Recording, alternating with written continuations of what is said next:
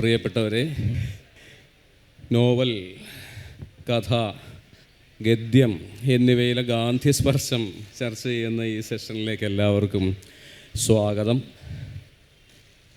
1948 വധിക്കപ്പെട്ട മഹാത്മാഗാന്ധി വീണ്ടും ഇന്ത്യയുടെ സാംസ്കാരിക രാഷ്ട്രീയ ചക്രവാളത്തിൽ ഉദിച്ചുയർന്നുകൊണ്ടിരിക്കുന്ന ഒരു സാംസ്കാരിക രാഷ്ട്രീയ ഋതുവിലൂടെയാണ് നമ്മളിപ്പോൾ കടന്നുപോയിക്കൊണ്ടിരിക്കുന്നത്. 2023 ഒക്ടോബർ മാസം 2-ാം തീയതി പ്രസിദ്ധീകരിക്കപ്പെട്ട ജ്ഞാനസ്നാനം എന്ന ചെറുകഥയിലൂടെ ഗാന്ധിജിയുടെ ചരിത്രപ്രസിദ്ധമായ ദണ്ഡി യാത്രയെ ആഖ്യാനവൽക്കരിച്ച സുഭാഷ് ചന്ദ്രനും നയണം ബറേറ്റ എന്ന നോവലിലൂടെ ഗാന്ധി വധത്തിന് പിന്നിലെ ഗൂഢാലോചനയെ ഒരു നോവലിന് വിഷയമാക്കിയ വിനോദ് കൃഷ്ണയും, ഇതിനെല്ലാം ഒരു 10 വർഷം മുൻപ് ഗാന്ധി ഒരു അർത്ഥനഗ്ന വായന എന്ന ഉപന്യാസ സമാഹാരത്തിലൂടെ തൻ്റെ ഗാന്ധി ദർശനം ആവിഷ്കരിച്ച എസ് ഗോപാലകൃഷ്ണനുമാണ് നമ്മോടൊപ്പമുള്ളത്. നമുക്ക് സുഭാഷ് ചന്ദ്രനിൽ നിന്ന് ഈ ചർച്ച ആരംഭിക്കാം. തന്നെ ഗാന്ധി എങ്ങനെ വന്നു തൊട്ടു? പണ്ട് ബഷീർ ഉമ്മ ഞാൻ ഗാന്ധിനെ തൊട്ടു എന്ന് പറഞ്ഞതുപോലെ സുഭാഷ് ചന്ദ്രനെ ഗാന്ധി വന്ന് തൊട്ട ആ മുഹൂർത്തത്തെപ്പറ്റി അദ്ദേഹത്തോട് ആരാഞ്ഞുകൊണ്ട് നമുക്ക് ഈ ചർച്ച ആരംഭിക്കാം. നമസ്കാരം. മഹാത്മാഗാന്ധി വന്ന് തൊടാത്ത ഒരു ഇന്ത്യക്കാരനും ഉണ്ടാവുകയില്ല എന്നാണ് ഞാൻ കരുതുന്നത്. വിമർശനമായിട്ടും വ്യാഖ്യാനമായിട്ടുമെല്ലാം ഗാന്ധിയുടെ ആശയം, ഗാന്ധിയുടെ വ്യക്തിത്വം, ഗാന്ധി എന്ന പ്രതിഭാസം, അതെല്ലാം ഓരോ ഇന്ത്യക്കാരനും ഏതെങ്കിലും തരത്തിൽ എപ്പോഴെങ്കിലും കടന്നുപോയിട്ടുള്ള ഒന്നായിരിക്കും. ഞാൻ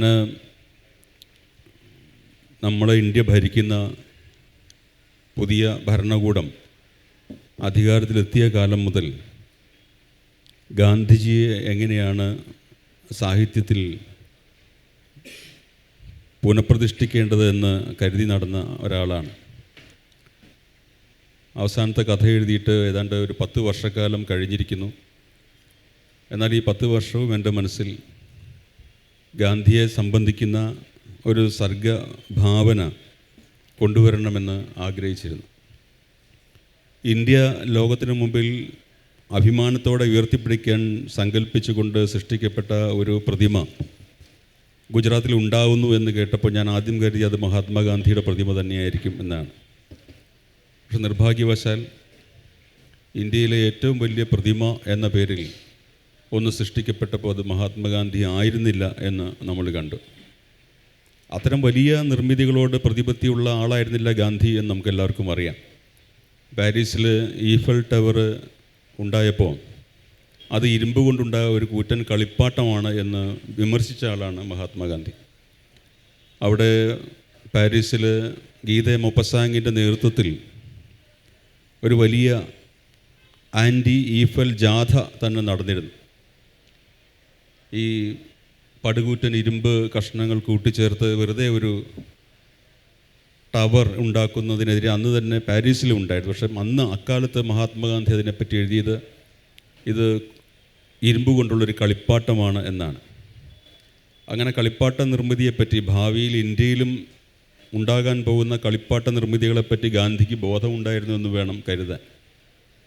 ഏതായാലും ഗാന്ധിയെ കുറിച്ച് എഴുതുമ്പോൾ ആ പേജുകളിലൊന്നും, ആ താളുകളിലൊന്നും പരാമർശിക്കാൻ പോലും യോഗ്യതയില്ലാത്ത കുറേ ആളുകളെ വിമർശിക്കുവാനാണ് ഞാൻ ജ്ഞാനസ്നാനം എന്ന കഥ എഴുതിയത്. അതുകൊണ്ട് അതൊരു വെല്ലുവിളിയായിരുന്നു. 1930 ഗാന്ധി 80 അനുചരന്മാരോടൊപ്പം സാബർമതി ആശ്രമത്തിൽ നിന്ന് ദണ്ഡി കടൽ തീരം വരെ നടത്തിയ ആ യാത്രയെപ്പറ്റിയുള്ള കഥയിലൂടെ സമകാലീന ഇന്ത്യയെ കുറിച്ച് എഴുതണം എന്നാണ് ഞാൻ കരുതിയത്. അത് ഗാന്ധിയുടെ ജനനത്തിന് മുമ്പും ഇന്ത്യൻ മണ്ണിൽ ഉണ്ടായിരുന്നു എന്ന് വിശ്വസിക്കുന്ന ഒരാളാണ് ഞാൻ. ഗാന്ധിയുടെ മരണത്തിന് ശേഷവും ഇന്ത്യൻ മണ്ണിൽ തുടരുന്നൊരു പ്രതിഭാസമാണ് ഗാന്ധി. കഴിഞ്ഞ ദിവസം ജ്ഞാനസ്നാനം എന്ന കഥയെപ്പറ്റി ഒരു ചർച്ച നടന്നപ്പോൾ കാലിക്കറ്റ് യൂണിവേഴ്സിറ്റിയുടെ വൈസ് ചാൻസലറായിട്ടുള്ള ശ്രീ പവിത്രൻ സാറ് ഒരു നല്ല നിരീക്ഷണം അവിടെ പറഞ്ഞു. അദ്ദേഹം കെമിസ്ട്രി അധ്യാപകനാണ്. അദ്ദേഹം VC പറഞ്ഞത് ഉപ്പിനൊരു പ്രത്യേകതയുണ്ട്. ഉപ്പ് ജലത്തിൽ മുഴുവനായും ലീനമായി പോയാലും ലയിച്ചു പോയാലും പിന്നീട് വറ്റിക്കുമ്പോൾ അതേ അളവിലുള്ള ഉപ്പ് കൂടുതൽ റീക്രിസ്റ്റലൈസേഷൻ എന്ന പ്രതിഭാസത്തോടെ കൂടുതൽ പ്യൂരിഫൈ ചെയ്തിട്ട് ഉപ്പ് അവശേഷിക്കും എന്ന് പറഞ്ഞു. അതുപോലെ ഗാന്ധിയെ നമ്മൾ കൊന്നുകളഞ്ഞു, ഗാന്ധി അലിഞ്ഞു പോയി ഇന്ത്യൻ സമൂഹത്തിലെന്ന് നമ്മൾ കരുതി. പക്ഷേ ഇനിയും ഇന്ത്യയെ വറ്റിച്ചാൽ, നമ്മളെപ്പോലുള്ള മൺതരികളും ജല തന്മാത്രകളും വറ്റിപ്പോയാലും ഗാന്ധി റീക്രിസ്റ്റലൈസേഷനായിട്ട് ഉയർത്തു വരും എന്ന് ഞാൻ കരുതുന്നു. അപ്പോൾ അങ്ങനെ അദ്ദേഹം പറഞ്ഞപ്പോഴാണ് അതിൻ്റെ വെളിച്ചം, ഒരു വ്യാഖ്യാതാവ്, ഒരു വായനക്കാരൻ പറഞ്ഞപ്പോഴാണ് അതിൻ്റെ വെളിച്ചത്തിലേക്ക് ഞാനും കണ്ണു തുറന്നത്. പക്ഷേ അതിന് നിമിത്തമായി എന്നുള്ളത് പ്രധാനപ്പെട്ട കാര്യമാണ്. ഇപ്പോൾ ഉപ്പിനെ പറ്റി തന്നെ പറയുമ്പോൾ സോഡിയം ക്ലോറൈഡ് എന്ന് പറയുന്ന രാസപദാർത്ഥത്തിലെ സോഡിയം ജലത്തിലിട്ടാൽ കത്തുന്ന ഒരു പദാർത്ഥമാണ്, രാസപദാർത്ഥം. ജലത്തിലിട്ടാൽ അത് കത്തുന്ന നമുക്ക് കാണാൻ പറ്റും. ക്ലോറൈഡായിട്ട് ക്ലോറിൻ എന്ന് പറയുന്ന വാതകം ദുർഗന്ധമുണ്ടാക്കുന്ന ഒന്നാണ്. അതിന് ജലത്തെ ശുദ്ധീകരിക്കാൻ കഴിവുണ്ടെങ്കിൽ പോലും അതിന് ക്ലോറിൻ്റെ ഒരു ദുർഗന്ധമുണ്ട്. അപ്പോൾ ഒറ്റയ്ക്ക് നിൽക്കുമ്പോൾ സംഹാര ഭാവനയോ ദുർഗന്ധമോ ഒക്കെ ഉള്ള വ്യത്യസ്തങ്ങളായിട്ടുള്ള ഒരുപാട് ഘടകങ്ങളെ സംയോജിപ്പിക്കുമ്പോൾ എങ്ങനെയാണ് മനുഷ്യരാശിക്ക്, ജീവജാലങ്ങൾക്ക് പൊതുവെയും മനുഷ്യന് പ്രത്യേകിച്ചും, ഉപ്പ് മാത്രമാണ് മനുഷ്യൻ അജൈവമായിട്ട് ഉപയോഗിക്കുന്ന ഒരേ ഒരു ഭക്ഷണ പദാർത്ഥം എന്ന് ആ കഥയിൽ പറയുന്നുണ്ട്. ബാക്കിയെല്ലാം നമുക്ക് സസ്യങ്ങളിൽ നിന്നോ ജന്തുക്കളിൽ നിന്നോ കിട്ടുന്നതാണ്. ജീവോ ജീവസ്യ ജീവനം എന്ന് പറയുന്ന അതാണ്. എന്നാൽ ഉപ്പ് മാത്രമാണ് മനുഷ്യൻ, ഉപ്പിൻ്റെ അനുപേക്ഷണീയതയാണ് താൻ ഈ മനുഷ്യത്വം എന്ന് പറയുന്ന ഒരു പുതിയ വ്യാഖ്യാനത്തോടെ താൻ ഈ ഉപ്പ് സത്യാഗ്രഹത്തിൽ കൊണ്ടുവരുന്നതെന്ന് ഗാന്ധി ആ കഥയിൽ പറയുന്നുണ്ട്. അപ്പോൾ അതിനെ പണ്ട് ന്യൂട്ടൺ 7 നിറങ്ങളുള്ള ഒരു ചക്രം കറക്കുമ്പോൾ അതെല്ലാ നിറങ്ങളും ചേർന്ന് വെള്ളയായി തീരുന്നതിനെപ്പറ്റി വിശദീകരിച്ചതുപോലെ ഇന്ത്യയുടെ മഴവിൽ വ്യത്യസ്തതകളെ, മഴവിൽ വർണ്ണം പോലെയുള്ള ഇന്ത്യയുടെ വ്യത്യസ്തതകളെ ഒന്നിച്ച് കറക്കി വെണ്മയാക്കി പരിവർത്തിപ്പിക്കുവാൻ, വിശുദ്ധിയാക്കി പരിവർത്തിപ്പിക്കുവാൻ ഖദറിൻ്റെ വെണ്മയിലൂടെ, ഉപ്പിൻ്റെ വെണ്മയിലൂടെ ഗാന്ധിക്ക് സാധിച്ചു എന്ന് വിചാരിക്കുന്ന ഒരാളാണ് ഞാൻ. അപ്പോൾ അതുകൊണ്ടാണ് മഹാത്മാഗാന്ധിയെ ഞാനായിട്ട് പുനഃസൃഷ്ടിക്കേണ്ട കാര്യമില്ല. അദ്ദേഹം എന്നാൽ പുനഃസൃഷ്ടിക്കപ്പെടാൻ മാത്രം ദുർബലനല്ല. എന്നാൽ അദ്ദേഹത്തിനുള്ളൊരു നമസ്കാരം ഈ കാലത്തിൻ്റെ ഒരു എഴുത്തുകാരൻ എന്നുള്ള നിലയ്ക്ക് ഞാൻ മരിക്കുന്നതിന് മുമ്പ് അർപ്പിക്കണം എന്ന് അക്ഷരങ്ങളിൽ എടുത്തു വയ്ക്കണം എന്നുള്ള ദുരാഗ്രഹം കൊണ്ടാണ് ഞാൻ ഗാന്ധിയെ എഴുതിയത്.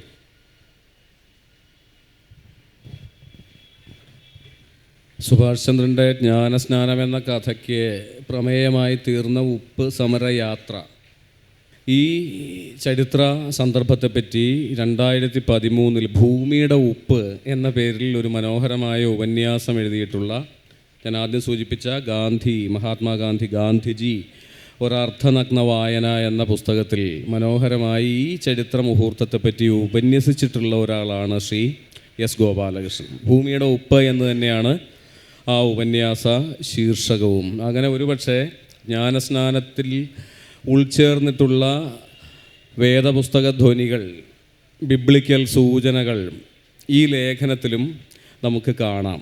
അങ്ങനെയാണല്ലോ ഭൂമിയുടെ ഉപ്പ്, സോൾട്ട് ഓഫ് ദ എർത്ത് എന്ന ഒരു ശീർഷകം ദണ്ഡിയാത്ര പ്രമേയമാകുന്ന ഒരു ലേഖനത്തിന് വന്നു ചേരുക.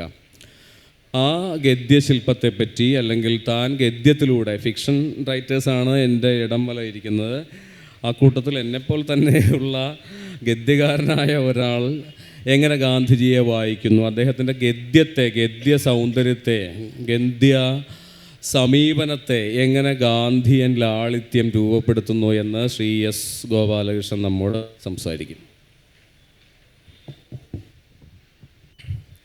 ഇത്രയും ഈടുറ്റ ഒരു വിഷയത്തെക്കുറിച്ചുള്ള ചർച്ചയിൽ സംസാരിക്കാൻ അവസരം തന്നതിന് ഞാൻ സംഘാടകരോട് നന്ദി പറയുന്നു. ജ്ഞാനസ്നാനമെന്ന സുഭാഷ് ചന്ദ്രൻ്റെ കഥ വായിച്ചപ്പോൾ എൻ്റെ മനസ്സിൽ വന്നത് അതേ ഉപ്പ് സത്യാഗ്രഹം വർഷങ്ങൾക്ക് മുൻപ് എന്നെ വല്ലാതെ അലട്ടിയതും ഞാൻ ഇപ്പോൾ സജയ് പറഞ്ഞ ആ ലേഖനം എഴുതിയതുമാണ്. പക്ഷെ ഞാനിപ്പോൾ ഈ ഗാന്ധി എങ്ങനെയാണ് ഗദ്യകാരൻ എന്നുള്ള രീതിയിൽ, അല്ലെങ്കിൽ ഒരു വ്യക്തി എന്നുള്ള രീതിയിൽ എങ്ങനെയാണ് ഗാന്ധി എന്നെ തൊട്ടത് എന്ന് പറയുമ്പോൾ ഞാൻ ഒരു രണ്ടോ മൂന്നോ അനക്ഡോട്ട്സുകൾ മാത്രം വെച്ച് പറയാമെന്ന്. ആദ്യമായിട്ട് പറയേണ്ടത്, ഞാൻ 1989 സോവിയറ്റ് യൂണിയൻ്റെ തിരോധാനമുണ്ടാകുന്ന സമയത്ത് ഗാന്ധി എഴുതിയ 1932 ഗാന്ധി എഴുതിയ ഒരു വാചകം വായിക്കാനിടയായതാണ്. അത് ഇതായിരുന്നു: മഹാനായ ലെനിൻ്റെയും ആയിരക്കണക്കിന് വരുന്ന ബോൾഷവിക്കുകളുടെയും ത്യാഗത്തെ വിലമതിച്ചുകൊണ്ട് തന്നെ ഞാൻ പറയുകയാണ്, സോവിയറ്റ് പരീക്ഷണം പരാജയപ്പെടാതെ നിവൃത്തിയില്ല എന്ന്. 1932 അദ്ദേഹം പറഞ്ഞു, ഹിംസയിൽ ഉണ്ടായത് നിലനിൽക്കില്ല എന്ന് പറഞ്ഞു. അത് എന്നെ വല്ലാതെ സ്പർശിച്ചു. 89 പ്രത്യേകിച്ച് കോളേജിലൊക്കെ ഇടതുപക്ഷ രാഷ്ട്രീയ പ്രസ്ഥാനവുമൊക്കെ ആയിട്ട് സഹകരിച്ച് പ്രവർത്തിച്ച് വന്ന ഒരാൾ എന്ന രീതിയിൽ 89 ഈ ഗാന്ധി വാചകം എന്നെ വല്ലാതെ സ്പർശിക്കുകയായിരുന്നു. രണ്ടാമത് എനിക്ക് പറയാനുള്ളത്, ഗാന്ധി ഒരു ക്രിസ്ത്യാനിയാണ് എന്ന് ഇന്ത്യയിലെ സവർണ ഹിന്ദു സംഘടനകൾ ആരോപിച്ചിരുന്നു. ഗാന്ധി ഒരു സത്യക്രിസ്ത്യാനിയാണ് എന്ന് ആരോപിച്ചിരുന്നു. ഗാന്ധി ക്രിസ്തുമതം സ്വീകരിച്ചു എന്നുവരെ ആരോപിച്ചിരുന്നു. അപ്പോൾ ഗാന്ധി അതിന് പറഞ്ഞ ഒരു മറുപടിയുണ്ട്: ഒരു ക്രിസ്ത്യാനിയാണ് എന്ന് ചരിത്രത്തിൽ അറിയപ്പെടുന്നതിൽ എനിക്ക് സന്തോഷം മാത്രമേ ഉള്ളൂ, പക്ഷേ കോൺസ്റ്റാന്റിനോപ്പിൾ ചക്രവർത്തി സാമ്രാജ്യത്വത്തിൻ്റെ മതമായി ക്രിസ്തുമതം സ്വീകരിക്കുന്ന നിമിഷം വരെ എന്നുള്ളത്. സാമ്രാജ്യത്വത്തിൻ്റെ മതമായിട്ട് ക്രിസ്തുമതം മാറിയ നിമിഷത്തിന് ശേഷം എനിക്ക് ക്രിസ്തുമതവുമായിട്ട് പ്രശ്നമുണ്ട് എന്നായിരുന്നു ഗാന്ധിജി ഈ ക്രിസ്തുമതത്തിനോടും ഇന്ത്യയിൽ താൻ ക്രിസ്ത്യാനിയാണ് എന്ന് പറഞ്ഞവരോടും പറഞ്ഞ മറുപടി. മൂന്നാമത് എനിക്ക് പറയാനുള്ളത്, ഇന്ത്യക്ക് സ്വാതന്ത്ര്യം കിട്ടിയതിന് ശേഷം വർഗീയ കലാപം ഇന്ത്യയുടെ എല്ലാ ഭാഗങ്ങളിലും നടക്കുകയും ഹിന്ദുക്കൾ മുസ്ലിങ്ങളെയും മുസ്ലിങ്ങൾ ഹിന്ദുക്കളെയും ഈ ഉപഭൂഖണ്ഡത്തിൻ്റെ പല ഭാഗങ്ങളിലും കൊന്നു തള്ളുകയും ചെയ്തുകൊണ്ടിരിക്കുന്ന സമയത്ത് ഒരു പ്രാർത്ഥനാവേളയിൽ ഡൽഹിയിൽ ബിർള മന്ദിരത്തിൽ ആദ്യം ഭഗവത്ഗീതയും രണ്ടാമത് വിശുദ്ധ ഖുറാനും മൂന്നാമത് ബൈബിളും വായിക്കുന്ന സമയത്ത് ഒരു സ്ത്രീ എഴുന്നേറ്റ് വളരെ പരുഷമായ ഹിംസാത്മകമായ ഭാഷയിൽ ഗാന്ധിജിയോട് പറഞ്ഞു, ഖുറാൻ വായിക്കണമെങ്കിൽ ഏതെങ്കിലും വനമധ്യത്തിൽ പോയി താമസിച്ചോണം എന്ന് പറഞ്ഞു. കാരണം അത്രമാത്രം മനുഷ്യരക്തം വീണ് കിടക്കുന്ന ഇന്ത്യ തലസ്ഥാനത്ത് വെച്ച് ഒരു സ്ത്രീ വേദനയും ദേഷ്യത്തോടു കൂടി പറഞ്ഞു, ഖുറാൻ വായിക്കണമെങ്കിൽ ഏതെങ്കിലും വനത്തിൽ പോയി താമസിച്ചു കൊള്ളണം. അന്ന് മരിക്കുന്നതിന് കുറച്ച് മാസങ്ങൾക്ക് മുൻപ് ഗാന്ധി പറഞ്ഞ മറുപടി, വിശുദ്ധ ഖുറാൻ വായിക്കണമെങ്കിൽ ഒരു വനമധ്യത്തിൽ താമസിക്കേണ്ട അവസ്ഥ വരികയാണെങ്കിൽ ഞാൻ എൻ്റെ താമസസ്ഥലം വനമധ്യത്തിലേക്ക് മാറ്റും എന്നാണ്. ഇതാണ് മൂന്നാമത്തെ കോട്ടായിട്ട് ഞാൻ പറയുന്നത്. ഈ 3 ഉദ്ധരണികൾ പറഞ്ഞുകൊണ്ടാണ് ഞാൻ ഈ റൗണ്ടിൽ എൻ്റെ ആദ്യത്തെ സംഭാവന തരാനുള്ളത്. എങ്ങനെയാണ് ഗാന്ധി എന്നെ സ്പർശിച്ചത് എന്നുള്ളത്. Thank you. കഥയും കവിതയും മാത്രമല്ല, ഒരുപക്ഷെ മലയാള കവികളെ ഏറ്റവും അധികം പ്രചോദിപ്പിച്ച ഒരു ചരിത്ര പുരുഷൻ ഗാന്ധിജിയായിരിക്കും. എൻ്റെ ഗുരുനാഥൻ എന്ന വള്ളത്തോൾ കവിത തൊട്ട് ഇങ്ങോട്ട് അൻവർ അലിയുടെ സമീപകാല കവിതകൾ വരെ ഗാന്ധി തൊടൽമാല, ഗാന്ധി എന്ന് ഉറപ്പിച്ച് പറയുന്നില്ല, വാമൊഴിയിലാണ് കാന്തി തൊടൽമാല, ഗാന്ധി എന്ന വെളിച്ചത്തെ സ്പർശിക്കുന്നതിനെ പറ്റിയുള്ള പാട്ടുകൾ എന്ന അർത്ഥത്തിൽ. അതുപോലെ തന്നെ ഗദ്യകാരന്മാരെയും പ്രചോദിപ്പിച്ചിട്ടുള്ള ഒരാളാണ് ഗാന്ധിജി. ഞാനിപ്പോൾ ഇദ്ദേഹം സംസാരിക്കുമ്പോൾ, ശ്രീ എസ് ഗോപാലകൃഷ്ണൻ സംസാരിക്കുമ്പോൾ ഇങ്ങനെ ഓർമ്മിക്കുകയായിരുന്നു, 1948 ജനുവരി 30, ഇതൊരു ജനുവരി 26 ഇന്നേക്ക് 4 നാളിൻ്റെ ദൂരം കൂടിയേ ഉള്ളൂ ആ ആ നടുക്കത്തിൻ്റെ മുഹൂർത്തത്തിലേക്ക്. അന്ന് ഡോക്ടർ കെ ഭാസ്കരൻ നായർ ഗാന്ധിജി വധിക്കപ്പെട്ടതിൻ്റെ നടുക്കം മാറാത്ത അന്തരീക്ഷത്തിൽ ഇരുന്നു കൊണ്ട് പ്രണാമം എന്ന പേരിലൊരു ലേഖനം എഴുതുന്നുണ്ട്. വലിയൊരു ഗദ്യകാരനായിരുന്നു ഭാസ്കരൻ നായർ, നമുക്കറിയാം. വെളിച്ചത്തിലേക്കുള്ള തീർത്ഥാടനമായിരുന്നു, സത്യത്തിൻ്റെ വെളിച്ചത്തിലേക്കുള്ള തീർത്ഥാടനമായിരുന്നു ഗാന്ധിജിയുടെ ജീവിതം. അത്ഭുതങ്ങളൊന്നുമില്ല എന്നതായിരുന്നു ഗാന്ധിജിയുടെ ജീവിതത്തിലെ അത്ഭുതം എന്നിങ്ങനെ മികച്ച ഗദ്യമുഹൂർത്തങ്ങൾ സൃഷ്ടിക്കുന്ന ഒരു ലേഖനമായിരുന്നു ഭാസ്കരൻ നായരുടേത് എന്ന് ഓർമ്മിച്ചുകൊണ്ട് നമുക്ക് വിനോദ് കൃഷ്ണയുടെ ഒരു തോക്കിൻ്റെ പേര്, ഒരു തോക്കിന് ചരിത്ര സാംസ്കാരിക സാഹിത്യ സ്മാരകമായി ഒരു നോവൽ മാറുക എന്ന അസാധാരണത്വം നിറവേറിയത് വിനോദിൻ്റെ 9 mm ബെറേറ്റ എന്ന നോവൽ ശീർഷകത്തിലൂടെയാണ്. ഒരു തോക്കിൻ്റെ പേര് ഒരു നോവലിൻ്റെ പേരായി മാറുക, ഒരു സെമി ഓട്ടോമാറ്റിക് പിസ്റ്റൾ എന്ന് വിനോദ് തന്നെ പറയുന്ന ഒരു തോക്ക്, ഒരു ചരിത്ര മുഹൂർത്തത്തിൻ്റെ, ഒരു നിറ ഒഴിക്കലിൻ്റെ, അല്ലേ, നമ്മൾ മലയാളികൾ വെടിയുതിർക്കുന്നതിനെ നിറയൊഴിക്കുക എന്നാണ് പറയുക. നല്ലൊരു വാക്കാണ്, ഡിറ്റക്റ്റീവ് നോവലുകളിലൊക്കെ എമ്പാടും കാണുന്ന ഒരു വാക്കാണ് നിറയൊഴിക്കുക എന്നത്. പി രാമേന്ദ്രൻ്റെ വെടിത്തുള എന്നൊരു കവിതയെ ഓർമ്മ വരുന്നു. ആ 3 വെടിയുണ്ടകൾ, ഗാന്ധിയുടെ ശരീരത്തിൽ തറഞ്ഞു കയറിയ 3 വെടിയുണ്ടകൾ ഇപ്പോഴും അവയുടെ പ്രയാണം അവസാനിപ്പിച്ചിട്ടില്ല. കാണുന്നവയിലെല്ലാം ഒരുപക്ഷെ ഇന്ത്യൻ ജനാധിപത്യത്തിൽ, മതേതരത്വത്തിൽ എല്ലാം തുളകൾ വീഴ്ത്തിക്കൊണ്ട്, വെടിത്തുളകൾ വീഴ്ത്തിക്കൊണ്ട് ആ വെടിയുണ്ട ഇങ്ങനെ ചരിത്രത്തിലൂടെ മുന്നോട്ട് പായുന്നു എന്ന് പറയുന്ന കവിതയാണത്. ആ വെടിയുണ്ടയുടെ പ്രഭവത്തെ പറ്റിയാണ്, ഉറവിടത്തെ പറ്റിയാണ് വിനോദ് എഴുതുന്നത് 9 mm ബെറേറ്റ എന്ന നോവലിൽ. ആ നോവൽ രചനയെ സാധ്യമാക്കിയ ചരിത്രപരമായ സാംസ്കാരികമായ പ്രകോപനങ്ങളെപ്പറ്റി, പ്രചോദനം എന്നല്ല ഞാൻ പറയാൻ ഇഷ്ടപ്പെടുന്ന, പ്രകോപനങ്ങളെപ്പറ്റി നോവലിസ്റ്റ് നമ്മളോട് സംസാരിക്കും. എല്ലാവർക്കും നമസ്കാരം. ഗുരുസ്ഥാനീയരായ എഴുത്തിൽ നൈതികത പുലർത്തുന്ന ആളുകൾക്കിടയിൽ ഇരുന്നുകൊണ്ട് ഈ ഗാന്ധി സ്പർശത്തെക്കുറിച്ച് സംസാരിക്കാൻ സന്തോഷമുണ്ട്. വാൻഗോഗിൻ്റെ പൊട്ടറ്റോ ഈറ്റേഴ്സ് എന്ന് പറയുന്ന വിശ്വവിഖ്യാതമായ ചിത്രത്തെ ആസ്പദമാക്കി മലയാളത്തിലൊരു ക്ലാസിക് കഥ വന്നിട്ടുണ്ട്. അത് നിങ്ങൾക്ക് എല്ലാവർക്കും അറിയാം. ഇതുപോലെ സൗന്ദര്യ ആവിഷ്കാരങ്ങളെ ആസ്പദമാക്കി മാത്രമല്ല, യുഗപുരുഷന്മാരായ ആളുകളുടെ ജീവിതവും അവരുടെ ആശയങ്ങളുമൊക്കെ കലക്ക് എപ്പോഴും പ്രചോദനമായിട്ടുണ്ട്. 9 mm ബെറേറ്റയെക്കുറിച്ച് ആദ്യം ആലോചിച്ചപ്പോൾ ഗാന്ധിയെ എങ്ങനെ എഴുതുമെന്നുള്ളൊരു പേടിയാണ് സത്യത്തിലുണ്ടായത്. ഗാന്ധിയെ കൂടുതൽ അറിയും തോറും നമ്മൾ ഗാന്ധിയനായി മാറുന്ന ഒരു കാലം പണ്ടുണ്ടായിരുന്നുവെങ്കിലും അതിൻ്റെ ആശയങ്ങൾ കുറച്ചെങ്കിലും നമ്മുടെ ഉള്ളിലേക്ക് വരുമ്പോൾ ഒരു സമര ശരീരത്തെ എഴുതാൻ കുറച്ച് ബുദ്ധിമുട്ടായിട്ട് വരും. അപ്പോൾ ഞാൻ അങ്ങനെ ഒരു പ്ലാൻ എ, പ്ലാൻ ബി വെച്ച് ഇത് എഴുതാമെന്ന് ഒരു മനസ്സിൽ ഉറപ്പിച്ച സമയത്ത് പ്ലാൻ എ വേണോ ബി വേണോ എന്നുള്ളൊരു കൺഫ്യൂഷൻ ഉള്ള സമയത്താണ് ഞാൻ വിശ്വഭാരതി സന്ദർശിക്കുന്നത്. അവിടെ രാം കിങ്കർ ബൈജയുടെ ഒരു ശില്പമുണ്ട്. അപ്പോൾ ആ ശില്പത്തിൻ്റെ ഇമോഷനിൽ നിന്ന് എന്തെങ്കിലും എനിക്ക് പറ്റിയൊരു ഗാന്ധിയെ കിട്ടുമെന്നുള്ളൊരു ആഗ്രഹത്തിലാണ് അവിടെ പോയത്. പക്ഷേ അത് മിനുസമുള്ള ഗാന്ധി പ്രതിമകളാണ് ലോകം മുഴുവനുള്ളത്. പക്ഷേ രാം കിങ്കർ ബൈജിൻ്റെത് വളരെ റഫ് ആൻഡ് ടഫ് ആയിട്ടുള്ള ഒരു ശില്പമാണ്. അപ്പോൾ അതിൽ നിന്ന് അത്തരത്തിലൊരു ഇമോഷൻസ് കിട്ടുക പാടാണ്. അത് മറ്റ് തരത്തിൽ ഗാന്ധിയെ അടയാളപ്പെടുത്തിയ ഒരു സംഭവം. അതുമാത്രമല്ല ആ ശില്പത്തിൽ ഒരു ഉപ്പ് പൊതി ഗാന്ധി കയ്യിൽ പിടിക്കുന്ന ഒരു ശില്പം കൂടിയാണത്. അപ്പോൾ അത് ദണ്ഡി യാത്രയുമായി ബന്ധപ്പെട്ട് അദ്ദേഹം ആവിഷ്കരിച്ച ഒരു ശില്പമാണ് എന്നാണ് ഞാൻ ആദ്യം കരുതിയത്. പിന്നീട് അത് ഒരു സൂക്ഷ്മമായി അത് നോക്കിയപ്പോൾ അതിൻ്റെ കാലിൻ്റെ അടിയിലൊരു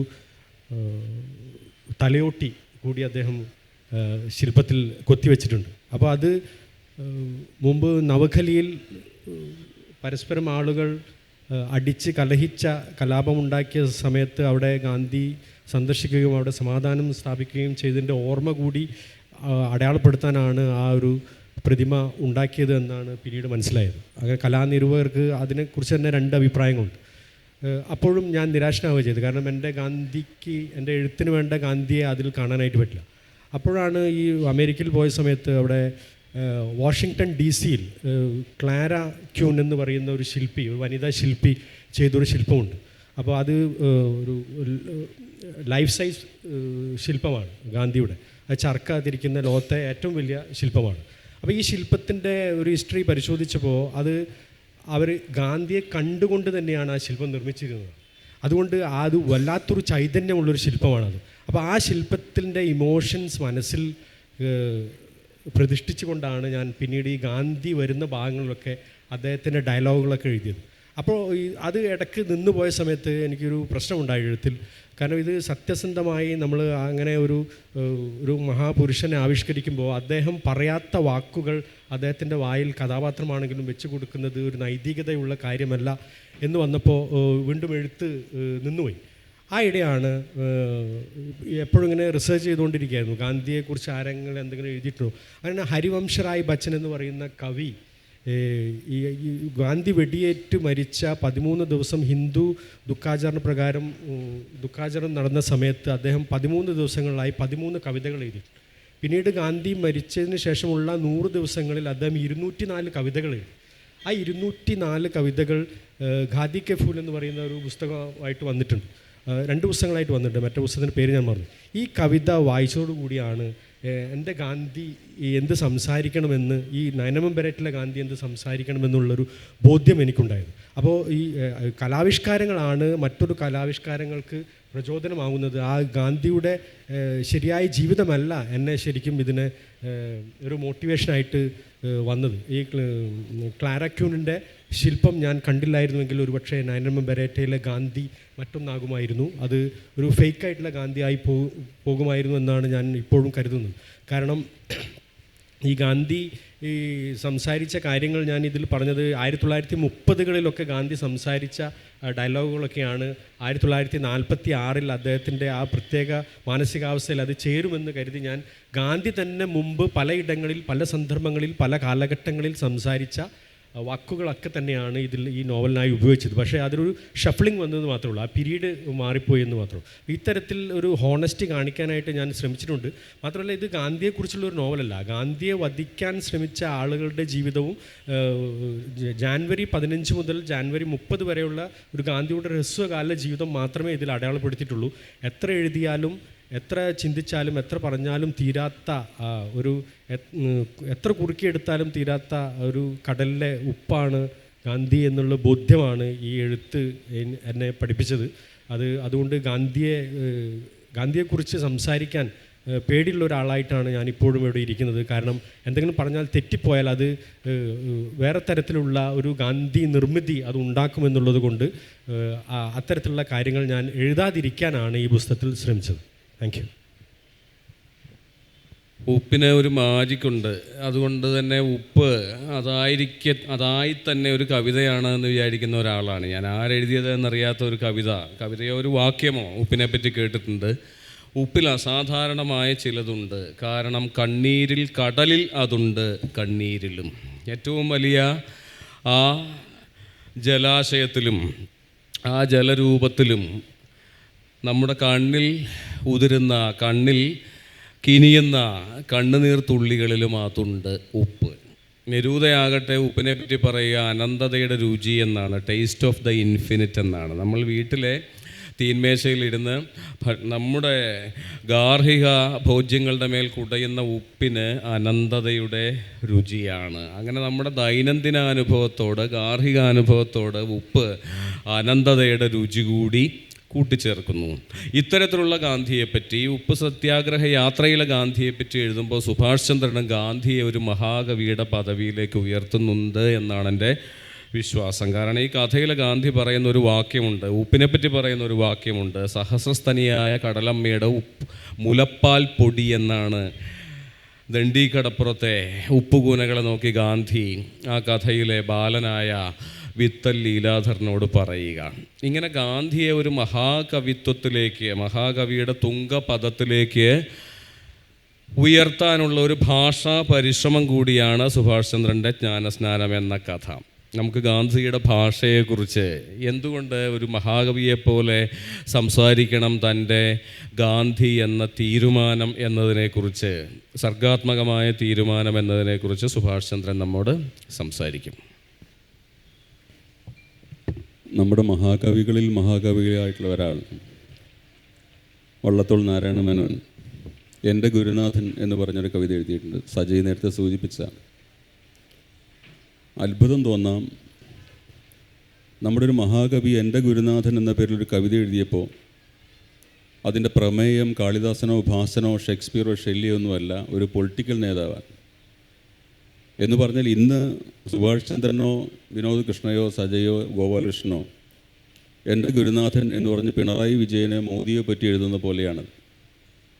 പക്ഷെ അതിന് തീർത്തും അർഹനായിരുന്നു. ഒരു ഭാഷയിലെ മഹാകവിക്ക് എൻ്റെ ഗുരുനാഥൻ എന്ന് വിളിക്കുവാൻ പാകത്തിന് കവിത്വത്തേക്കാൾ ഉയർന്ന ഋഷിയാവാനുള്ള ആഗ്രഹമാണ് കവികൾ സൃഷ്ടിക്കുന്നത്.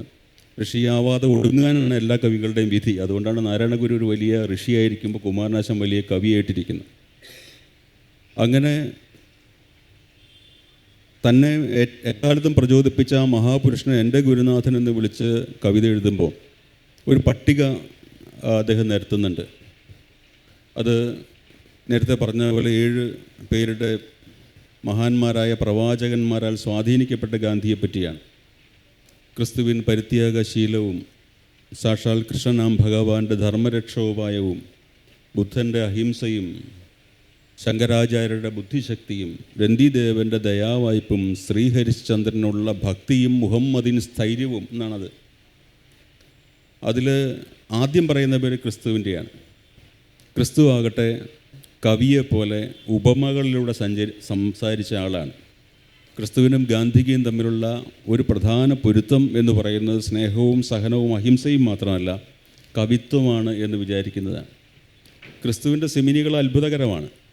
ആരാണ് ഈ വയൽപ്പൂക്കളെ ഒരു മണവാട്ടിയെപ്പോലെ അണിയിച്ചൊരുക്കിയത് എന്ന് ക്രിസ്തു പറഞ്ഞു എന്ന് കേൾക്കുമ്പോൾ നമുക്ക് രോമാഞ്ചം ഉണ്ടാവും. ഇത്രയും വലിയ കവി ഉണ്ടായിട്ടില്ല. അത് അതിൻ്റെ പെർഫെക്ഷനിൽ ഒരു വയൽപ്പൂ, ആരാലും ശ്രദ്ധിക്കപ്പെടാതെ കിടക്കുന്നൊരു വയൽപ്പൂ, അതിൻ്റെ പെർഫെക്ഷനിൽ ഒരു മണവാട്ടിയെപ്പോലെ അണിഞ്ഞൊരുങ്ങിയിരിക്കുന്നു എന്ന് പറയുന്ന ക്രിസ്തുവിനെ പോലെയുള്ള ലളിതവും എന്നാൽ അഗാധവുമായിട്ടുള്ള കാവ്യഭാവന മഹാത്മാഗാന്ധിയിലും സ്പന്ദിച്ചിരുന്നു. അതുകൊണ്ടാണ് എൻ്റെ ജീവിതമാണ് എൻ്റെ സന്ദേശം എന്ന് പറയാൻ സാധിച്ചത്. ഇന്ത്യ സൃഷ്ടിച്ച എക്കാലത്തെയും ലളിതമായിട്ടുള്ള ആർജവം നിറഞ്ഞ കവിത അതാണ്. ഒരു മറ്റ് കവികൾക്ക് പറയാൻ സാധിക്കാത്ത ഒരു വാചകമാണ്. നമ്മുടെ പല മഹാകവികളുടെയും ജീവിതം അവരുടെ സന്ദേശമായിട്ട് പറയാൻ സാധിക്കില്ല. അവരുടെ വ്യക്തി ജീവിതം കവിത്വവും രണ്ടായിട്ട് വേർപിരിഞ്ഞ് നിൽക്കുന്നത് നമ്മൾ കാണുന്നു. എന്നാൽ ഗാന്ധിയിൽ നീരക്ഷീരങ്ങൾ പോലെ അത് രണ്ടും ഒന്ന് തന്നെയായിട്ട് അത്ഭുതകരമായി സംയോജിച്ച് നിൽക്കുന്നതായിട്ട് കാണുന്നു. ഇപ്പോൾ ഗാന്ധിയിലെ കവിത്വം ഋഷിത്വത്തിലേക്ക് ഋഷി കവി ഋഷിഹി കില ദർശനാഥ് എന്ന് പഴയ പുരാണങ്ങൾ നമ്മളെ പഠിപ്പിച്ചു. അത് എത്രമാത്രം ശരിയാണെന്ന് എനിക്കറിഞ്ഞു. പക്ഷേ ഋഷിയല്ലാത്തവൻ കവിയല്ല എന്നുള്ളത് ഇന്ത്യയുടെ ഒരു പൊതു ബോധ്യമാണ്. ഋഷിയാകട്ടെ ദർശനമുള്ളവനാണ്, കണ്ണുള്ളവനാണെന്നുള്ള അർത്ഥത്തിലല്ല, ദർശിക്കാൻ കഴിവുള്ളവനാണെന്നുള്ള അർത്ഥത്തിലാണ്. അപ്പം അങ്ങനെ നോക്കുമ്പോൾ ടാഗോറിനേക്കാൾ ഉയർന്ന ഒരു കവിത്വം, ഋഷിത്വത്തോട് സാഹോദര്യമുള്ള ഭ്രാതൃത്വമുള്ള ഒരു കവിത്വം മഹാത്മാഗാന്ധിയിലുണ്ട് എന്ന് എനിക്ക് തോന്നിയിട്ടുണ്ട്. സജയ് തന്നെ പലപ്പോഴും പ്രസംഗങ്ങളിൽ ഉദ്ധരിച്ച് കേൾക്കുന്നൊരു വാചകമുണ്ട്, പ്രാർത്ഥനയെ പറ്റിയുള്ള ഒരു ഗാന്ധിയുടെ വാചകം. പ്രാർത്ഥന എൻ്റെ രാത്രിയുടെ സാക്ഷിയും പ്രഭാതത്തിൻ്റെ താക്കോലുമാകുന്നു എന്നാണ്. അത് അത്രയും വലിയ കവിത പ്രാർത്ഥനയെപ്പറ്റി ഒരു കവിയും നമ്മുടെ ഇന്ത്യയിലോ ലോകത്തിലോ എഴുതിയിട്ടില്ല. രാത്രിയുടെ സാക്ഷ എന്ന് വെച്ചാൽ പുതിയ കുട്ടികൾക്ക് അറിയില്ല, പഴയ കഥകളുടെ ചേർപ്പ് ആ കോയിലിൻ്റെ പേരാണ് സാക്ഷ എന്ന് പറയും. രാത്രിയുടെ സാക്ഷയും പ്രഭാതത്തിൻ്റെ താക്കോലുമാണ് എനിക്ക് പ്രാർത്ഥന എന്ന് പറഞ്ഞ ആളാണ്. അത് ഒരു വലിയ കവിതയാണ്, ഒരു ഇഷ്ടം നിറഞ്ഞ കവിതയാണ്. മഹാത്മാഗാന്ധിയെ ഒരു കഥ ഇരിക്കുമ്പോൾ നേരത്തെ വിനോദ് കൃഷ്ണ പറഞ്ഞതിന് വിരുദ്ധമായിട്ട് ഇപ്പോൾ വിനോദ് ആ സന്ദേഹം പറയുകയുണ്ടായി, മഹാത്മാഗാന്ധിയുടെ വായിൽ മഹാത്മാഗാന്ധിയുടേതല്ലാത്ത വാചകങ്ങൾ തരുന്നതിലുള്ള ഭയത്തെപ്പറ്റി പറയാം. പക്ഷെ ഇവിടെ വായിൽ നിർബന്ധമായിട്ടും തിരികേണ്ടുന്ന ഒരു കവിത്വം എനിക്ക് ആഗ്രഹമുണ്ടായിരുന്നു. എനിക്ക് തന്നെയും ഒരു കവിയാകാൻ പറ്റാത്തുള്ള ദുഃഖമുള്ള സ്ഥിതിക്ക് എൻ്റെ കഥാപാത്രങ്ങൾ കവിത സംസാരിക്കുന്നത് എനിക്കിഷ്ടമാണ്. മഹാത്മാഗാന്ധി തീർച്ചയായിട്ടും ഇന്ത്യ സൃഷ്ടിച്ച ഏറ്റവും വലിയ ഋഷി കവിയായതുകൊണ്ട് അദ്ദേഹം പറഞ്ഞുവെന്ന് സങ്കല്പിച്ചുകൊണ്ട് ലീലാധർ വിത്തലിൻ്റെ സ്വപ്നത്തിൽ ഗാന്ധി പറയുന്നതായിട്ടാണ് ആ വാചകം എഴുതിയിട്ടുള്ളത്. അപ്പോൾ എനിക്ക് കുറച്ച് ജാമ്യം എടുക്കാൻ പറ്റും, കാരണം അത് സ്വപ്നമല്ലേ എന്ന് പിന്നീട് വാദിക്കാം. അതുകൊണ്ടാണ് സഹസ്രസ്തനിയായ കടലമ്മയുടെ മുലപ്പാൽ പൊടി എന്ന ഉപ്പിനെ വിശേഷിപ്പിച്ചത്. 1000 മുലകളുള്ള കടലമ്മയുടെ മുലപ്പാൽ പുതിയ കാലത്തിൻ്റെ എല്ലാം പൊടികളായിട്ട് മാർക്കറ്റിലെത്തുന്ന കാലത്ത് അതിൻ്റെ മുലപ്പാൽ പൊടിയാണ് പ്രകൃതിയുടെ മിശ്രണം, ടാറ്റയുടെ പാക്കിംഗ് എന്ന് പറഞ്ഞ പോലെ വന്ന് കണ്ടത്. അപ്പോൾ കവിത്വം എന്നത് പറയുന്നത് വളരെ പൊളിറ്റിക്കലായിട്ടുള്ള ഒരു അവസ്ഥയാണെന്ന് വിചാരിക്കുന്ന ഒരാളാണ് ഞാൻ. കവിത്വമാണ് പരമപദം, ഒരു മനുഷ്യൻ്റെ പരമപദവി എന്ന് വിചാരിക്കുന്ന ഒരാളാണ്. അത് ആ പരമപദവി ആയതുകൊണ്ടാണ് ഞാൻ കവിയാവാൻ കോപ്പിടാതിരുന്നത്. അത് ഒരു വലിയ പദവിയാണെന്ന് എനിക്കറിയാം. ആ പദവിക്ക് ഞാൻ അർഹനല്ലെന്നും എനിക്കറിയാം. അതുകൊണ്ടാണ് ഗദ്യാഖ്യാനവും കഥയും നോവലും ഒക്കെ ആയിട്ട് വല്ലപ്പോഴുമായിട്ട് പഴച്ചു പോകുന്നത്. അൻവർ അലിയെ പോലുള്ള വലിയ കവികൾ ഇവിടെ ഇരിക്കുന്നുണ്ട്. ഇത് നമുക്ക് ബഹുമാനം തോന്നുന്ന ഈ കവിത്വത്തെ, ഋഷിത്വത്തെ കഥയിലെ ഒരു കഥാപാത്രമാക്കുക വഴി എനിക്ക് ഗാന്ധിയിൽ ആരോപിക്കാനെങ്കിലും സാധിക്കുന്നു എന്നുള്ളതിൻ്റെ സന്തോഷം കിട്ടാൻ വേണ്ടി കൂടിയാണ് ഞാൻ അത് എഴുതുന്നത്. ഗാന്ധി ആവട്ടെ വെറുതെ ഒരു കവിത്വം പ്രദർശിപ്പിക്കുന്ന ഒരാളായിരുന്നില്ല. ടാഗോറുമായിട്ടുള്ള സംസാരത്തിൽ അദ്ദേഹം അത് പറഞ്ഞിട്ടുണ്ട്. ടാഗോർ തന്നെ അത് പ്രശംസാപൂർവ്വം പറഞ്ഞിട്ടുണ്ട് ഗാന്ധിയോട്. അങ്ങാണ് എന്നേക്കാൾ വലിയ കവി എന്നുള്ള അർത്ഥത്തിൽ അദ്ദേഹം സംസാരിച്ചിട്ടുണ്ട്. ഞാൻ സാബർമതി ആശ്രമത്തിൽ ഈ കഥ പൂർത്തിയാക്കാൻ വേണ്ടി പോയ ആളാണ്. അവിടുത്തെ മണലിൽ ഒന്ന് ചവിട്ടിയിട്ട് ആ കഥ പൂർത്തിയാക്കാമെന്ന് കരുതിയിട്ടാണ്. അതിൻ്റെ ടറൈൻ എനിക്ക് കിട്ടുന്നുണ്ടായിരുന്നില്ല. പുതിയ കുട്ടികളുടെ ഭാഷയിൽ പറഞ്ഞാൽ അതിൻ്റെ വൈബ് എനിക്ക് കിട്ടുന്നുണ്ടായിരുന്നില്ല. അപ്പോൾ അവിടെ പോയി അതിന് വേണ്ടിയിട്ട് ഒരു ദിവസം അവിടെ ചിലവഴിച്ച ആളാണ്. അപ്പോൾ അവിടെ കണ്ട അത്ഭുതകരമായ ഒരു കാര്യം, സാബർമതി ആശ്രമത്തോട് ചേർന്ന് മഹാത്മാഗാന്ധി സ്ഥാപിച്ച റെസ്റ്റോറൻ്റ് ഉണ്ട്. ആ റെസ്റ്റോറൻറ്റിലെ ഇരിപ്പിടങ്ങളെല്ലാം യൂറോപ്യൻ ക്ലോസറ്റുകളാണ്. നമ്മൾ ടോയ്ലറ്റുകളിൽ പഴയ വാക്കിൽ പറഞ്ഞാൽ കക്കൂസുകളിൽ ഉപയോഗിച്ചിരുന്ന ഒരു പ്രത്യേകതരം നീല പ്രതലമാണ് അവിടെ ഇരിപ്പിടത്തിന് ഉള്ളത്. ഇരിപ്പിടമെല്ലാം മേശയ്ക്കുള്ളത്. അതിന് 4 ചുറ്റും ഇരിക്കുന്നത് ഫ്ലഷോട് കൂടി യൂറോപ്യൻ ക്ലോസറ്റാണ്. അത് അടച്ചിട്ടിരിക്കുകയാണ്. അതിലിരുന്നിട്ട് വേണം ഭക്ഷണം കഴിക്കാൻ. അപ്പോൾ ഹൈജീനെ സംബന്ധിച്ച, ശുദ്ധിയെ സംബന്ധിച്ച ലോകത്തിലെ പ്രധാനപ്പെട്ട വലിയ സമ്മേളനങ്ങൾ നടക്കുന്നതിൻ്റെ വേദിയാണ് ഇപ്പോൾ അത്. കാരണം ഹൈജീൻ ഒരു പ്രധാന സംഭവമാണ്. നഗര ആസൂത്രണം നടത്തുമ്പോൾ അത് പ്രധാനപ്പെട്ട കാര്യമാണ്. അപ്പോൾ അതിന് ലോക ആരോഗ്യ സംഘടനയുടെ അടക്കമുള്ള സംഘടനകൾ മീറ്റിങ്ങിന് തിരഞ്ഞെടുക്കുന്ന ഗാന്ധി ആശ്രമത്തിലെ ഈ റെസ്റ്റോറൻ്റാണ്. ഗാന്ധിയുടെ ആശയം, നിങ്ങൾ മലം എന്ന് പറയുന്നത് നിങ്ങളുടെ മനസ്സ് സൃഷ്ടിക്കുന്നതാണ്, ശരീരം സൃഷ്ടിക്കുന്നതല്ല. അതിനോടുള്ള നിങ്ങളുടെ മനോഭാവമാണ് മലത്തെ സൃഷ്ടിക്കുന്നത്. അത് വയറ്റിൽ കൊണ്ട് നടക്കുന്ന നിങ്ങൾ കേമനായിട്ട് വിചാരിക്കുകയും അത് നമ്മുടെ മലം ശുദ്ധമാക്കുന്ന തോട്ടിയെ നിങ്ങൾ അസ്പൃശ്യനായിട്ട് കരുതുകയും ചെയ്യുമ്പോഴാണ് ഇതിൻ്റെ വൃത്തികേട് എന്ന് പറയും. അപ്പോൾ ഇതിനെ തിരിച്ചിടുവാനുള്ള കവിക്ക് മാത്രം സാധിക്കുന്ന, അന്യഥാ ഒരു സാധാരണ മനുഷ്യന് സാധിക്കാത്ത ദർശനങ്ങളെ കേവലമായ ജീവിതത്തെ ഒന്നും മറിച്ചിട്ട് തന്നെ സൃഷ്ടിക്കുന്ന തരത്തിൽ കവിക്ക് മാത്രം സാധ്യമായിട്ടുള്ള ആ സൃഷ്ടിപരത ഓരോ ചുവടുവയ്പിലും കാണിച്ച ആളാണ് മഹാത്മാഗാന്ധി. അതുകൊണ്ട് അദ്ദേഹത്തെ ഞാൻ നമ്മുടെ നാരായണ ഗുരുവിന് സമനായിട്ടുള്ള ഒരു മഹാകവിയായിട്ട് തന്നെയാണ് ഒരു തരത്തിൽ കരുതുന്നത്. ഗാന്ധി ഭാഷയുടെ ചൈതന്യത്തെപ്പറ്റി തന്നെ ശ്രീ എസ് ഗോപാലകൃഷ്ണൻ നമ്മോട് സംസാരിക്കും. ഭാഷയിലേക്ക് ഈ ചർച്ച എത്തിച്ചേർന്നതിൽ ഞാനും സന്തോഷിക്കുന്നു. ഗാന്ധി ഭാഷ, ലാളിത്യത്തിൻ്റെ ചൈതന്യം നിറഞ്ഞ ഭാഷ. നമ്മളെ അത്ഭുതപ്പെടുത്തുന്ന ലാളിത്യം ഗാന്ധിയുടെ ഭാഷയ്ക്കുണ്ടായിരുന്നു. അദ്ദേഹത്തിൻ്റെ സന്തത സഹചാരിയും സ്വാതന്ത്ര്യ സമരത്തിൽ തുല്യ നേതൃത്വം കൊടുത്ത പണ്ഡിറ്റ് ജവഹർലാൽ നെഹ്റു, അല്ലെങ്കിൽ മൗലാന ആസാദ്, ടാഗോർ, ഇവരെല്ലാം ആലങ്കാരികമായ ഭാഷ സംസാരിച്ചു കൊണ്ടിരുന്നപ്പോൾ ഒരാടയാഭരണവുമില്ലാതെ ലളിതമായ ആ കൃശശരീരം പോലെ കൃശമായ ഭാഷയിൽ കവിതാത്മകമായി സംസാരിച്ചിരുന്ന ആളായിരുന്നു ഗാന്ധിജി എന്നുള്ളതാണ്. ഒരു ഉദാഹരണം, ഇപ്പോൾ ഇമ്മാനുവൽ കാന്റിനെ നമുക്കറിയാം, വലിയ ദാർശനികൻ. അദ്ദേഹത്തിൻ്റെ ജീവിതത്തിലെ ഏറ്റവും വലിയ അദ്ദേഹം കണ്ടിട്ടുള്ള ഏറ്റവും വലിയ സൗന്ദര്യത്തിനെക്കുറിച്ച് അദ്ദേഹം പറഞ്ഞത് രാത്രിയിലെ ആകാശം ആണെന്നാണ്. ഇമ്മാനുവൽ കാന്റിനെ ഒരിക്കലും വായിച്ചിട്ടില്ല ഗാന്ധി, അല്ലെങ്കിൽ വായിച്ചിട്ടുണ്ടെന്ന് അദ്ദേഹം ഒരിടത്തും അവകാശപ്പെട്ടിട്ടില്ല. ഇതേ വാചകം ഒരു അഡീഷനോടുകൂടി ഗാന്ധി എഴുതി എന്നുള്ളതാണ് നമ്മളെ അത്ഭുതപ്പെടുത്തുന്നതാണ്. കാന്റിനെ വായിച്ചിട്ടുള്ളവർക്ക് അത്ഭുതപ്പെടുന്നത്. എന്നെ ജീവിതത്തിൽ ഏറ്റവും കൂടുതൽ അത്ഭുതപ്പെടുത്തിയിരിക്കുന്നത് രാത്രിയിലെ ആകാശവും മനുഷ്യൻ്റെ മനസ്സുമാണ് എന്നാണ്. ഈ മനുഷ്യൻ്റെ മനസ്സിനെ ഗാന്ധി ഈ കാന്റിൻ്റെ ഭാഷയിലേക്ക് ആഡ് ചെയ്യുകയാണ് ചെയ്യുന്നത്.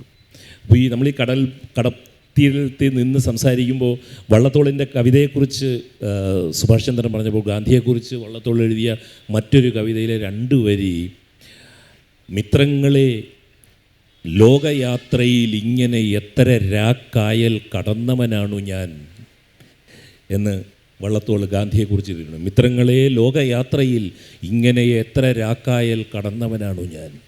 നീണ്ട കടൽ യാത്രകളായിരുന്നു. ആ നീണ്ട ആ ഉപ്പുകാറ്റേറ്റേറ്റ് തന്നെയാണ്, ആ ഉപ്പുകാറ്റിൽ രാത്രിയിലെ ആകാശം കണ്ടുണ്ടായ ലാവണ്യ ഹൃദയമാണ് ഗാന്ധിയെ ഉപ്പു സത്യാഗ്രഹത്തിലേക്ക് നയിച്ചതെന്നുള്ളത്. ആ ഭാഷയാണ്. ഒരു കാര്യം കൂടെ പറയാം. ഗാന്ധി ഈ ഉപ്പു സത്യാഗ്രഹവും ഗാന്ധിയുടെ ഭാഷയെക്കുറിച്ചൊക്കെ പറയുമ്പോൾ ഗാന്ധി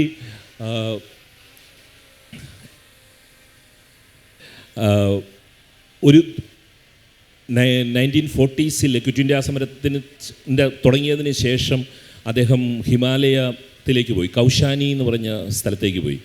കൗശാനിയെക്കുറിച്ച് ഗാന്ധി പറഞ്ഞത് ഇന്ത്യയിലെ സ്വിറ്റ്സർലൻഡ് എന്നാണ്. അതായത് അവിടെ നിങ്ങൾക്ക് പോയിട്ടുള്ളവർക്കറിയാം, അവിടെ നമുക്ക് 7 ഹിമാലയൻ പീക്സ് കാണാൻ പറ്റും. നീലകണ്ഠ്, തൃശ്ശൂൽ, നന്ദാദേവി, ധവളഗിരി, ഇതെല്ലാം നമുക്ക് കാണാം. അപ്പോൾ ഗാന്ധി ഒരു പ്രാവശ്യം അങ്ങോട്ടേക്ക് പോകുന്ന വഴി ഗാന്ധിയുടെ കാറ് തട്ടി ഒരാൾക്ക് പരിക്കുപറ്റി. ഗാന്ധി വലിയ ദുഃഖിതനായി.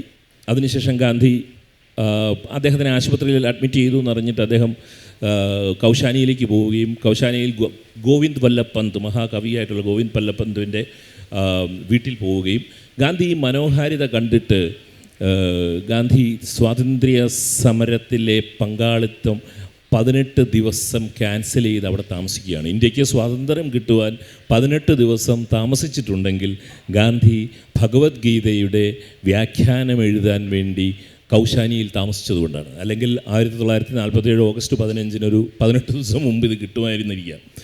അദ്ദേഹം അവിടെ താമസിച്ച ജയിലിൽ കിടക്കുമ്പോഴും ജീവിതത്തിൽ ഉടനീളം നിരന്തരം സമരങ്ങളിൽ പങ്കെടുത്തുകൊണ്ടിരിക്കുമ്പോഴും അദ്ദേഹത്തിൽ എന്നും ഉണ്ടായിരുന്ന ഒരു ആഗ്രഹമായിരുന്നു ഭഗവത്ഗീതയ്ക്ക് വ്യാഖ്യാനം എഴുതണം എന്നുള്ളത്. അതിന് ഈ കൗശാനിയിലെ ഈ സുഖസൗകര്യങ്ങളിൽ, കൗശാനിയിലെ ഈ മനോഹാരിതയിൽ, ഈ ഹിമാലയ സാനുവിലെ അതിമനോഹരമായ ആ പ്രപഞ്ച സൗന്ദര്യത്തിൽ താമസിക്കുന്ന സമയത്ത് ഗാന്ധിയിൽ ഒരു കുറ്റബോധം പ്രവർത്തിക്കുകയാണ്. ഇന്ത്യൻ ജനങ്ങൾ സമരത്തിലാകുന്ന സമയത്ത് ഞാൻ ഈ സൗന്ദര്യം ആസ്വദിച്ച് ഇവിടെ ഇരിക്കുന്ന ആ കുറ്റബോധത്തിൽ നിന്നും രക്ഷപ്പെടാൻ വേറൊരു നിവൃത്തിയുമില്ല, ഞാൻ ഭഗവത്ഗീതയുടെ വ്യാഖ്യാനം എഴുതിയേ തീരൂ എന്നാണ്.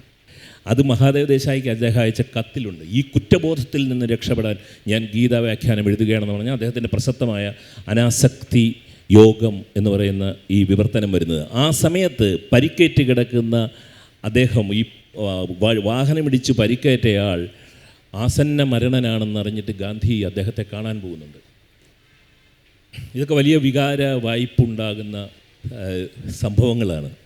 അവിടെ ഗാന്ധി ആശുപത്രിയിൽ ചെല്ലുന്ന സമയത്ത് ഏതാണ്ട് അന്ന് മരിക്കും എന്ന അവസ്ഥയിൽ ഈ ആൾ കിടക്കുമ്പോൾ ഗാന്ധി അടുത്തുപോയി നിൽക്കുന്നു.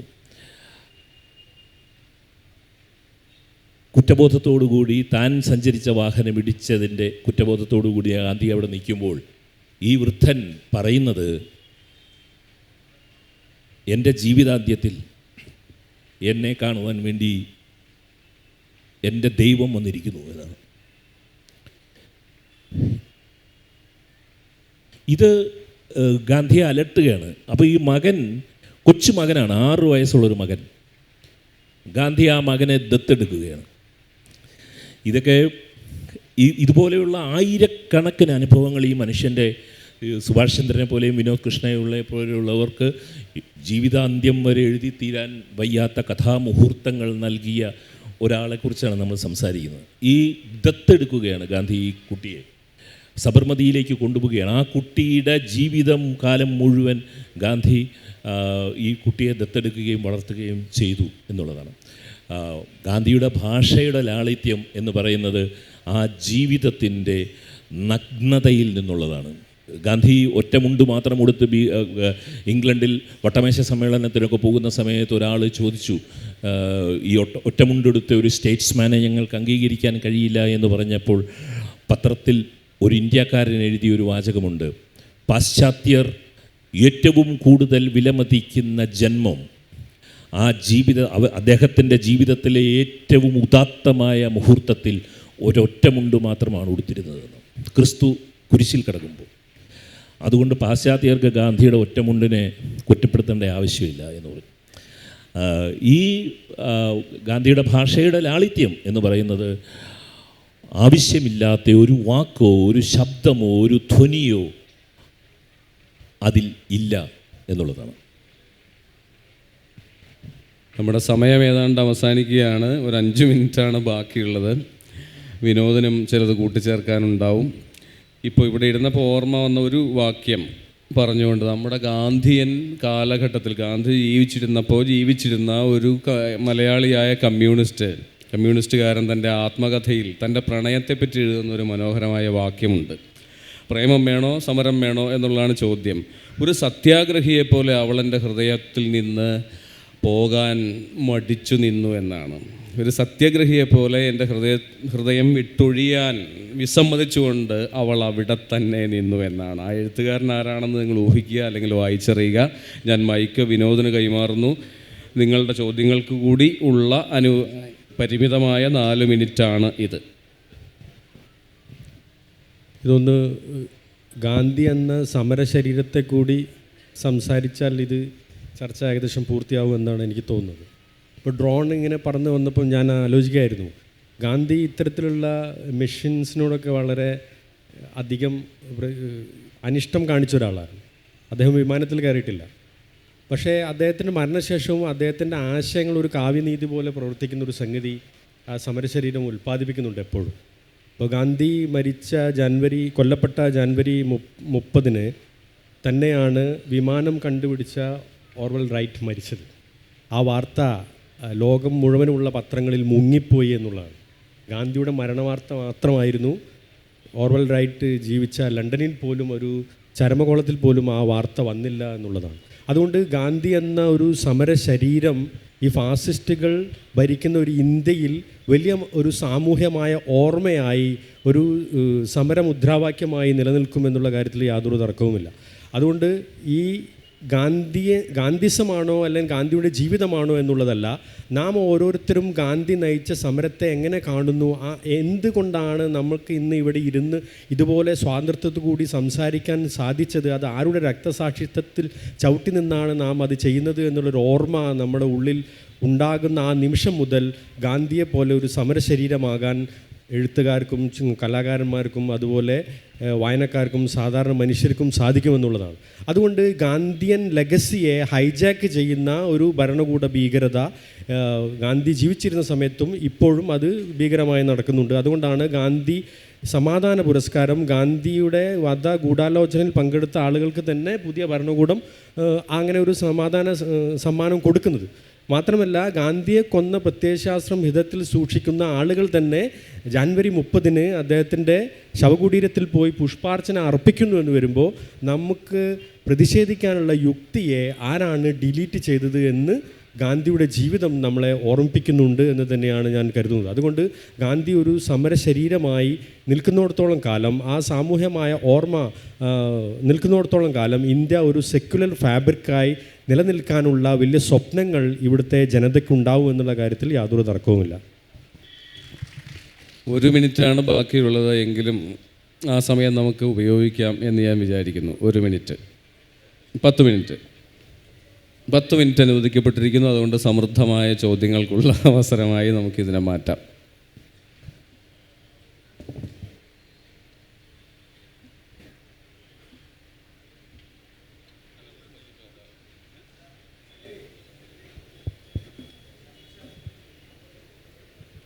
നമസ്കാരം.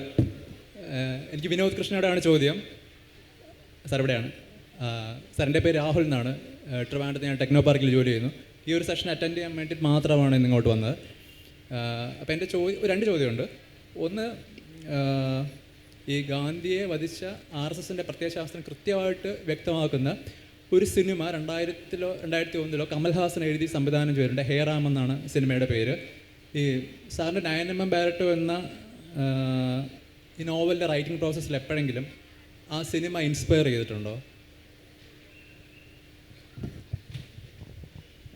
അല്ലേ, പോപ്പുലർ കൾച്ചറിൽ നിന്ന് എന്തെങ്കിലും ഒരു ഹിസ്റ്റോറിക്കൽ എവിഡൻസ് നമുക്ക് കിട്ടുമെന്ന് ധരിക്കാൻ നമുക്ക് നിർവാഹമില്ല. കാരണം ഈ സിനിമ മാത്രമല്ല, ഗാന്ധിയെക്കുറിച്ച് നിലവിൽ വന്നിട്ടുള്ള സിനിമകൾ മുഴുവൻ തന്നെ അത് ഹിസ്റ്റോറിക്കൽ ഫാക്റ്റിനെതിരായിട്ടുള്ള സിനിമകളാണ് മൊത്തത്തിൽ.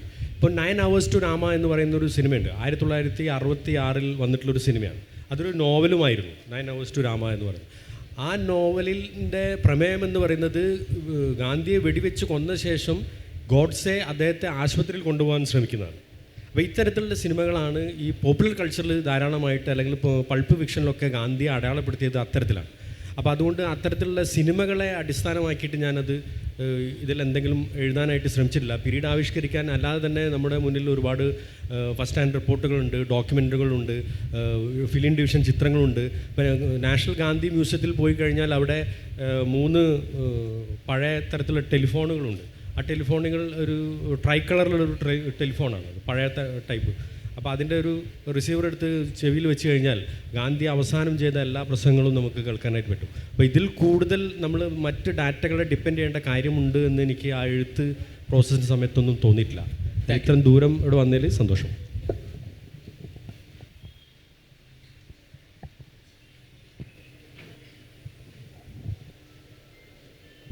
എൻ്റെ പേര് മുഹമ്മദ്. എനിക്ക് 4 പേരിൽ ആരുത്തരം പറഞ്ഞാലും കുഴപ്പമില്ല. പിന്നെ ഇന്ന് കഴിഞ്ഞ ഒരു 10 വർഷത്തിലേറെയായി നെഹ്റുവിനോടുള്ള വിമർശനങ്ങളൊക്കെ അദ്ദേഹത്തെ വ്യക്തിപരമായി ആക്ഷേപിക്കുന്ന രീതിയിലേക്കും ആശയപരമായി നെഹ്റുവിനെ വിമർശിക്കാൻ കഴിയാത്തതുകൊണ്ടായിരിക്കാം. അപ്പോൾ ആരോപിക്കപ്പെടുന്ന ഒരു പ്രധാന കാര്യം, നെഹ്റു ഗാന്ധിയെ സ്വാധീനിച്ച് പ്രധാനമന്ത്രി പദവും പിൻഗാമി എന്നുള്ള രീതിയിൽ പട്ടേൽ എന്ന് പറയുന്ന ഒരു മനുഷ്യൻ തഴയപ്പെട്ടു, നെഹ്റു ഗാന്ധിയെ സ്വാധീനിച്ചു എന്നുള്ളതാണ്. ആ ഒരു ആരോപണം എത്രമാത്രം അതിൻ്റെ ഒരു സത്യസന്ധത, അതിൻ്റെ ഒരു യാഥാർത്ഥ്യം എന്താണെന്ന് സാറ് പറഞ്ഞത്.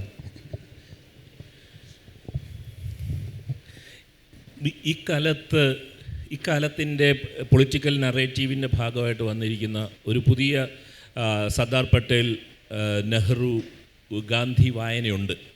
ആ വായനയുടെ ഒരു ഉപോൽപ്പന്നമായിട്ടുള്ള ഒരു ആർഗ്യുമെൻ്റാണ് ഈ വന്നിരിക്കുന്നത്. സത്യത്തിൽ ഗാന്ധി പറഞ്ഞാൽ കേൾക്കുന്ന ഒരാളായിരുന്നു സർദാർ പട്ടേൽ, ഗാന്ധി പറഞ്ഞാൽ കേൾക്കില്ലാത്ത ഒരാളായിരുന്നു നെഹ്റു.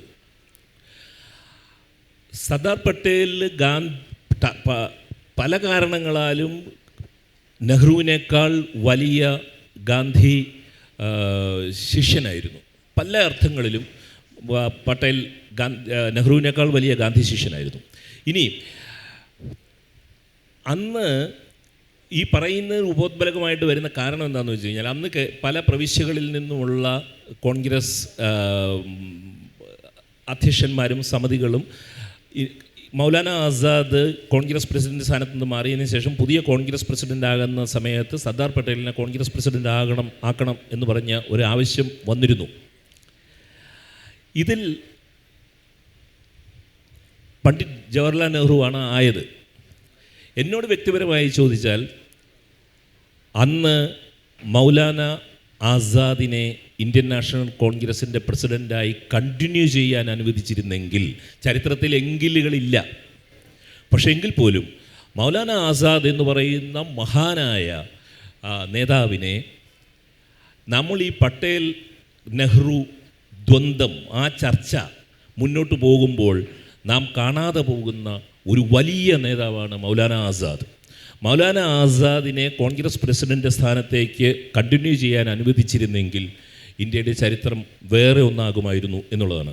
ഈ പട്ടേൽ നെഹ്റു തർക്കം സംഘപരിവാർ ഉന്നയിക്കുമ്പോൾ നാം പകരം വയ്ക്കേണ്ട ആർഗ്യുമെൻ്റ് എന്ന് പറയുന്നത് സർദാർ പട്ടേലും പണ്ഡിറ്റ് ജവഹർലാൽ നെഹ്റുവും മൗലാന ആസാദും ഈ 3 പേർ ആണ് സ്വാതന്ത്ര്യം കിട്ടുന്ന സമയത്ത്, ഇന്ത്യയിൽ വർഗീയ കലാപങ്ങൾ നടന്നുകൊണ്ടിരിക്കുന്ന സമയത്ത് ഇന്ത്യൻ ജനതയുടെ ദേശീയ ബോധത്തിനെ ഒന്നിച്ചു നിർത്താൻ സഹായിച്ച 3 പേരാണ്.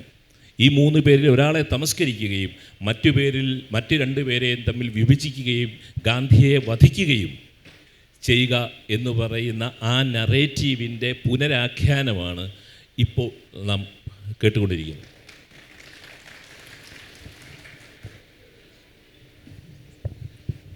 മൗലാന ആസാദാണ് 1948 അതായത് ഇന്ത്യയിലെ മുസ്ലിങ്ങളോട്, അദ്ദേഹത്തിൻ്റെ പ്രശസ്തമായ ഒരു പ്രസംഗമുണ്ട്. 1948 ഒക്ടോബർ 16 അദ്ദേഹം ഡൽഹിയിലെ ജുമാ മസ്ജിദിൻ്റെ പടവുകളിൽ വെള്ളിയാഴ്ച പ്രാർത്ഥന കഴിഞ്ഞ് വരുന്ന മുസ്ലിങ്ങളോടായിട്ട് സർദാർ പട്ടേൽ മൗലാന ആസാദ് നടത്തിയ ഒരു പ്രസംഗമുണ്ട്. ആധുനിക ഭാരതം, ഇന്നത്തെ ഭാരതം എല്ലായിടത്തും എല്ലാ വീടുകളിലും ഫ്രെയിം ചെയ്ത് വെക്കേണ്ട ഒരു പ്രസംഗമാണത്. ആ പ്രസംഗത്തിലാണ് അദ്ദേഹം പറയുന്നത്, ഈ രാജ്യം നമ്മളെല്ലാവരും കൂടി ഒരുമിച്ചുണ്ടാക്കിയതാണ്, നിങ്ങൾ എങ്ങോട്ടാണ് പോകുന്നത്, നിങ്ങൾ എന്തിനാണ് പാകിസ്ഥാനിലേക്ക് പോകുന്നത്, നമ്മളും കൂടി ഉണ്ടാക്കിയതല്ലേ ഇന്ത്യ, നമ്മൾ ഇവിടെ നിൽക്കണം, ഈ ഡൽഹിയും ഈ നഗരവും എല്ലാം നമ്മളും കൂടെ ഉണ്ടാക്കിയതല്ലേ, നിങ്ങൾ എങ്ങോട്ടാണ് പോകുന്നതെന്ന് ചോദിച്ചിട്ട് ആ ആസാദിൻ്റെ ആ പ്രസംഗമാണ് ഇന്ത്യയിലെ മുസ്ലിങ്ങൾ ഒന്നടങ്കം പാകിസ്ഥാനിലേക്ക് പോകാതിരിക്കാനുള്ള കാരണം. ഈ ആസാദിനെ മറന്നതിന് ഇന്ത്യൻ നാഷണൽ കോൺഗ്രസിൻ്റെ വലിയ സംഭാവനയുണ്ട്. നമ്മൾ ഈ സംഘപരിവാർ, പുതിയ സംഘപരിവാറിനെ മാത്രം ഇങ്ങനെ പറഞ്ഞിട്ട് കാര്യമില്ല. ഇന്ത്യൻ നാഷണൽ കോൺഗ്രസ് ഒരു വിമാനത്താവളം ആസാദിൻ്റെ പേരിലുണ്ടാക്കിയോ? ഇന്ത്യൻ നാഷണൽ കോൺഗ്രസ് ഇന്ത്യയിലെ IIT എല്ലാം പണ്ഡിറ്റ് നെഹ്റുവിൻ്റെ സംഭാവനയാണെന്ന് നമ്മൾ പറയും. ഇന്ത്യയിലെ ആദ്യത്തെ വിദ്യാഭ്യാസ മന്ത്രിയാണ് മൗലാന ആസാദിൻ്റെ ഫയൽ രേഖയിലാണ് IITയുടെ ബുദ്ധി വരുന്നത്.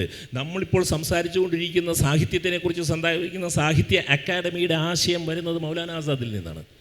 ഈ മൗലാന ആസാദിനെ തമസ്കരിച്ചിടത്താണ് ഈ ഹിന്ദുത്വയുടെ, മഹാത്മാഗാന്ധിയെ വധിച്ചതിൻ്റെ പാപം കാരണം ഇന്ത്യയുടെ മുഖ്യധാരയിൽ നിന്നും എന്നേക്കുമായി പിന്മാറി നിന്ന ഇന്ത്യയിലെ ഹിന്ദുത്വ ശക്തികളെ മുന്നോട്ട് കൊണ്ടുവരാൻ സഹായിച്ചതിൽ ഒരു ഘടകം മൗലാന ആസാദിൻ്റെ തമസ്കരണമാണ്. അത് ഈ അവസരത്തിൽ ഊന്നി പറയാൻ ഞാൻ ആഗ്രഹിക്കുന്നുണ്ട്. ഇനിയും ഏതാനും മിനിറ്റുകൾ ബാക്കിയുണ്ട്. 4 മിനിറ്റുകൾ, 4-5 മിനിറ്റ്. ദേശീയ പുഷ്പത്തെ തെരഞ്ഞെടുപ്പ് ചിഹ്നത്തിൽ നിന്ന് റദ്ദ് ചെയ്യുകയും അതുപോലെ തന്നെ ബാലറ്റ് പേപ്പർ തിരിച്ചു കൊണ്ടുവരികയും അതുപോലെ തന്നെ കരിനിയമങ്ങൾ പ്രകാരം തടവിലടക്കപ്പെട്ട സഞ്ജയ് ഭട്ട് അടക്കമുള്ളവരുടെ മോചനത്തിന്, ജനാധിപത്യവാദികളുടെ മോചനത്തിനു വേണ്ടി നമ്മുടെ എഴുത്തും തെരുവുകളും സമരസജ്ജമാവുകയല്ലേ ഇന്ന് ഗാന്ധിജി അടക്കമുള്ള സ്വാതന്ത്ര്യ സമര സേനാനികളുടെ പൈതൃകത്തോട്, അവരുടെ പാരമ്പര്യത്തോട് നമുക്ക് ചെയ്യാൻ കഴിയുന്ന ഏറ്റവും വലിയ നീതി എന്നൊരു ചോദ്യമാണ് ഉന്നയിക്കുന്നത്. ആ ചോദ്യത്തിൻ്റെ ഒപ്പം നിൽക്കാന്നല്ലാതെ അതിൻ്റെ ഒരു മറുപടി എന്താണ് പറയേണ്ടതെന്ന് എനിക്കറിയില്ല. നമ്മൾ പലതരത്തിൽ സ്വാതന്ത്ര്യ സമരത്തെ വ്യാഖ്യാനിച്ചു. പുതിയ കാലത്തിൻ്റെ രാഷ്ട്രീയ ശരികൾ വെച്ച് പഴയ കാലത്തിന് വിചാരണ ചെയ്തു. ഇപ്പോൾ ഞങ്ങൾ രാവിലെ ഇരിക്കുമ്പോൾ ശ്രീ ഗോപാലകൃഷ്ണനായിട്ട് അത് സംസാരിക്കുകയായിരുന്നു. നമ്മൾ ഭയന്ന ചില ചോദ്യങ്ങൾ വന്നില്ല ഇതുവരെ. ഗാന്ധിജിയെ പറ്റി പ്രശംസിച്ച് സംസാരിക്കുന്ന 4 പേരിരിക്കുന്ന ഒരു വേദിയോട് അവിടെ നിന്ന് ബെരേറ്റ തോക്കിൽ നിന്നെന്ന പോലെ വരേണ്ടിയിരുന്ന ചില ഉണ്ടകൾ ഇതുവരെയും വന്നില്ല. അത് ഭാഗ്യം, അതിനെ എതിരിടാണ്ട് കഴിച്ചു കൂട്ടുന്നൊരു ഭാഗ്യം. ഏതായാലും കാലം കഴിയും തോറും മഹാത്മാഗാന്ധി കൂടുതൽ തെളിഞ്ഞു വരുന്നതിൽ സന്തോഷിക്കുന്ന ഒരാളാണ് ഞാൻ. അതിൽ അദ്ദേഹത്തോടുള്ള നിരവധിയായിട്ടുള്ള വിമർശനങ്ങൾ വായിച്ചിട്ടുള്ള ഒരാളെന്നുള്ള നിലയ്ക്ക് കൂടിയാണത്. നമ്മളീ പറയുന്ന വിമർശനത്തിന് വിധേയമായിട്ടുള്ള പല കാര്യങ്ങളും അദ്ദേഹത്തെക്കാൾ എത്രയോ അധികമുള്ളവരാണ് ഇത് വിമർശിക്കുന്നതെന്നുള്ളതാണ് ഒരു പ്രധാനപ്പെട്ട പ്രശ്നം. അപ്പോൾ ഈ റീക്രിസ്റ്റലൈസേഷൻ എന്ന് പറഞ്ഞതുപോലെ ലയിച്ച് മറഞ്ഞു പോയിട്ടും വീണ്ടും വാറ്റുമ്പോൾ കൂടുതൽ ശുദ്ധിയുള്ള ഉപ്പായി തെളിയുന്ന മഹാത്മാഗാന്ധിയെ നമുക്ക് അപമാനിക്കാതിരിക്കാം എന്നുള്ളൊരു കാര്യമെങ്കിലും നമുക്ക് ചെയ്യണം എന്നാണ് എനിക്ക് തോന്നുന്നത്. നന്ദി. ഒരു വാചകം ഞാൻ ഈ ഭാഷയിലെ ഹിംസയെക്കുറിച്ച് ഞങ്ങൾ രണ്ടുപേരും സംസാരിച്ചുകൊണ്ടിരിക്കുന്നു, ഈ പുതിയ കാലത്ത് ഭാഷയിലെ ഹിംസയെക്കുറിച്ച്. അപ്പോൾ ഈ ഇന്ത്യക്ക് സ്വാതന്ത്ര്യം കിട്ടിയതിന് ശേഷം ഇന്ത്യയുടെ ആദ്യത്തെ സായുധ സേനാ മേധാവിയായിട്ട് ജനറൽ കരിയപ്പയെ തിരഞ്ഞെടുത്ത് കഴിഞ്ഞിട്ട് ഈ കരിയപ്പ ഗാന്ധിജിയെ കാണാൻ പോകുന്നുണ്ട് അധികാരമേറ്റെടുക്കുന്നതിന് തൊട്ട് മുൻപ്. അപ്പോൾ കരിയപ്പ പറയുന്നത്, ഞാൻ താങ്കളുടെ അഹിംസാ സിദ്ധാന്തത്തിൽ വളരെ ആകൃഷ്ടനാണ്, പക്ഷേ ഇന്ത്യൻ പട്ടാളത്തിനോട് ഞാൻ എങ്ങനെ അഹിംസയെക്കുറിച്ച് ക്ലാസ് എടുക്കും? വലിയ ചോദ്യമാണ്. പട്ടാളക്കാരോട് യുദ്ധം ചെയ്യരുതെന്ന് പറയാൻ പറ്റില്ല, ഹിംസിക്കരുതെന്ന് പറയാം. അപ്പോൾ ഗാന്ധിയുടെ ഒരു മറുപടിയുണ്ട്, ഞാൻ അഹിംസയുടെ ഒരു വിദ്യാർത്ഥിയാണ്, ഞാൻ ഇന്നും തേടിക്കൊണ്ടിരിക്കുന്ന ഒരു ഉത്തരത്തിൻ്റെ ചോദ്യമാണ് താങ്കൾ എന്നോട് ഉന്നയിച്ചത്. ഇതിന് ഉത്തരം കിട്ടുകയാണെങ്കിൽ ആദ്യം ഞാൻ പറയുന്നത് ജനറൽ കരിയപ്പയോടായിരിക്കും എന്ന് പറഞ്ഞതിൻ്റെ 7-ാം ദിവസം ഹിംസ ഗാന്ധിയുടെ ജീവൻ എടുക്കുകയായിരുന്നു എന്നുള്ളതാണ്. ആ ഹിംസയുടെ ഭാഷ ഇന്ന് തോക്കു വേണ്ട, നാം ഹിംസയുടെ ഭാഷയിലാണ് നമ്മൾ വിയോജിപ്പുകൾ രേഖപ്പെടുത്തുന്നത്. അവിടെയും നാം റദ്ദാക്കുന്നത് ഗാന്ധിയുടെ ജീവിതത്തിനെയാണെന്ന് വിശ്വസിക്കുന്നതാണ് ഞാൻ. ഏത് ഗാന്ധി വിചാരവും, ഗാന്ധി എന്ന പേര് ഉച്ചരിക്കപ്പെടുന്ന ഏത് സന്ദർഭവും വലിയ പ്രതിരോധ മൂല്യം ആർജിക്കുന്ന ഒരു കാലയളവിൽ സമാധാന പ്രാവിൻ്റെ ചിറകടി പോലെ ശാന്തമായ ഈ സെഷൻ ഇത്ര വരെ എത്തിക്കുന്നതിൽ സഹകരിച്ച എല്ലാവർക്കും നന്ദി, നമസ്കാരം.